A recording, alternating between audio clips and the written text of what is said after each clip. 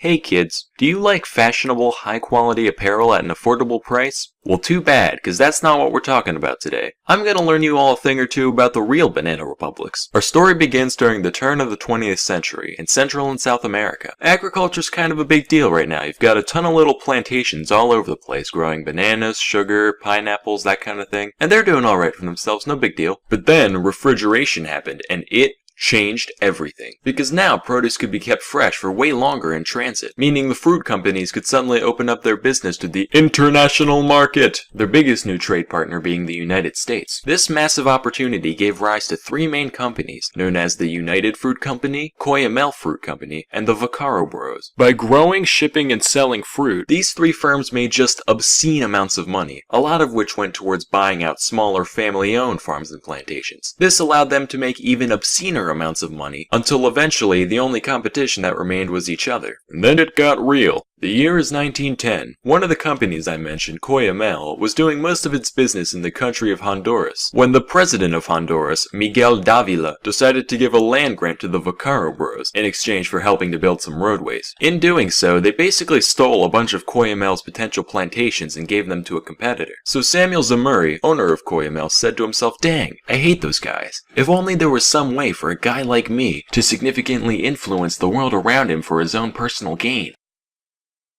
Wait a minute. So he used a portion of his McDuck-esque fortune to hire a mercenary army, which he gave to one of his friends, former Honduran President Manuel Bonilla, and together they overthrew the entire government of Honduras. Yeah. Should've called it Cuyamel. Anyway, Bonilla took power and gave very generous concessions to Cuyamel and United as thanks. But then America saw this, and they were like, "Hey, that's not very freedom of you, young man." To which Zemery replied, "It's okay, we're gonna help this country succeed. After all, politics and business are essentially the same thing." Well, I suppose it's not our place to be policing the governments of other nations, yet. Still though, maybe— Oh, also? Nanners.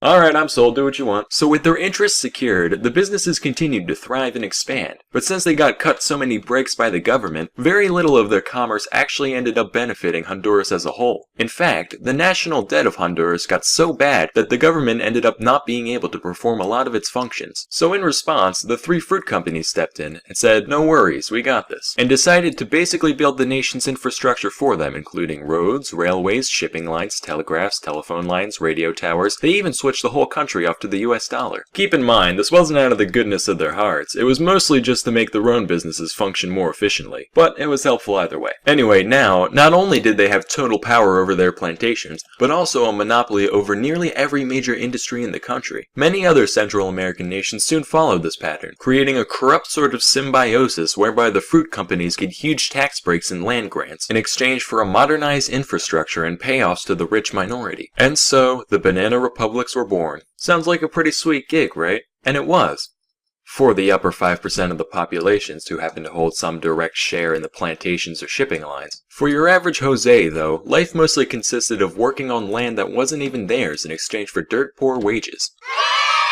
So that's how things were for like a decade and a half. At some point, Cuyamel was bought out by United, but then Zamure became the owner of the whole thing, somehow, and the Vaccaro company was renamed as Standard Fruit. Then one day, in 1944, the country of Guatemala had a democratic revolution, and the newly elected leader, Juan José Arevalo, wasn't happy with how the companies treated his people. So he implemented several reforms, like a minimum wage law and universal suffrage. And while the populace got a lot of benefit out of this, United Fruit most certainly did not. Because more rights for their workers means less profits for the business as a whole. Then Guatemala got a new president, Jacobo Arbenz, and he continued these reforms. And United continued to get the metaphorical shaft until finally, in 1953, they decided to go to the USA for help. "Oh, Eisenhower. Yo, what's up? This Jacobo guy, he's making us pay minimum wages." Well, that doesn't sound very good for business. That's not all, though. He's also taking our unused land and giving it back to the people. Does that sound familiar?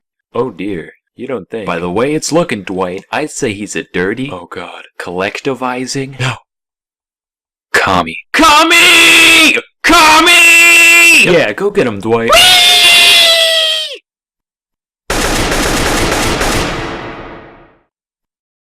You actually did it. World Star! And from that point onward, Guatemala was ruled by a series of US-backed dictatorships all the way up until 1996. This kind of situation happened in several other places and times as well, almost always driven by some combination of red fear and yellow love. I won't give any more details for the sake of time, but that doesn't mean they weren't big deals. So you might be wondering, where did these companies go? Surely the Clan of Banana shenanigans can't still be around today. Well, that's where you're wrong. They're still in operation, just under different names. Standard Fruit changed their name in 1991 to become none other than Dole Food Company. You know, when I was a kid, I used to play a lot of Super Monkey Ball, and I used to wonder, what kind of cruel tyrant would just stick an ape in a ball for their own amusement? Well, now I know. As for United, one day in 1976, their CEO decided he couldn't take the heat anymore, so he jumped out the window. That's a real thing, look it up. Then some other guy bought the company and renamed it to, drumroll please, Chiquita Banana. That's right, ladies and gentlemen. The face you once knew as an innocent, fun-loving dancer/fruit merchant is actually a ruthless tyrant who overthrows democracies and undermines basic human rights for her own profit.